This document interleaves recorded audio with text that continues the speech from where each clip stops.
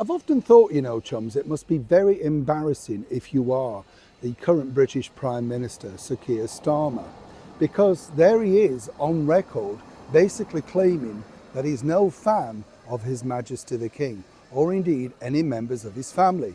He's not alone though, of course, because behind the scenes we also have the Culture Minister, Lisa Nandy, who famously claimed that she'd rather have Meghan Markle as a princess than anything that the royal family have to offer. You see how this works. But now, as things are becoming very tricky, particularly with the ongoing crisis of digital IDs, amongst other things, well, where do you go from there? As ever, let me explain. Morning, lovely to see you today. Thank you so much as ever for joining me. And of course, welcome one and all brand new subscribers. We haven't still got over the fact that the digital IDs might be coming. Yes, that's the problem. Have you got it in your country? I'd love to know. And does it work, and has it stopped any of the negatives that apparently this is supposed to do? It's just ridiculous, isn't it? We all have national insurance numbers. We all have documentation. Many have passports. Why do we need something else tracking us? It's bad enough with those supermarket things. Do you know what I mean, chums?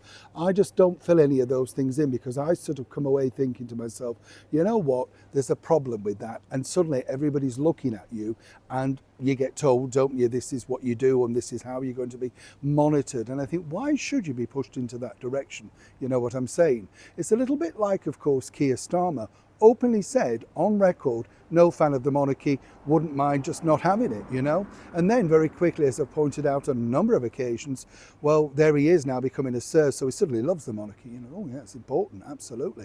What's interesting here though is, you see, recently, and I think this is going to be a problem for Sir Keir, is the fact that, well, as his conference comes up, lots of people are now being basically said, you're not patriotic enough, we need to see more flags, we want flag waving at the end of the conference. And this big bombshell, which is going to be very, very tricky. You see, according to a well-placed source, Sir Keir Starmer could not believe just how well Donald Trump, the President of the United States, and His Majesty the King got on that recent state visit.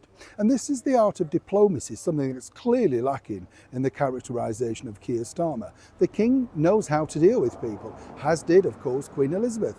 They just know, listen, sit back, let them tell their story, offer an opinion when asked. I mean, there was no greater source of inspiration for many British Prime Ministers than Queen Elizabeth. All of them have told me over the years that I've interviewed that she just knew the right thing to say at the time when they were going through their biggest crises. Why? Because she'd been there so many times before, from Winston Churchill right through to Margaret Thatcher and many others in between. What's interesting about this particular story, though, is that now, because he realises just what an effective tool His Majesty the King is, and remember, Keir Starmer himself is the son of a tool maker. He never wants to tell you that that was the case, Not necessarily the best thing to say, when you think about it. But moving forward, apparently behind the scenes of this forthcoming conference, which is going to be held up in Liverpool, well, they should now be finishing with a rousing rendition of Rule Britannia.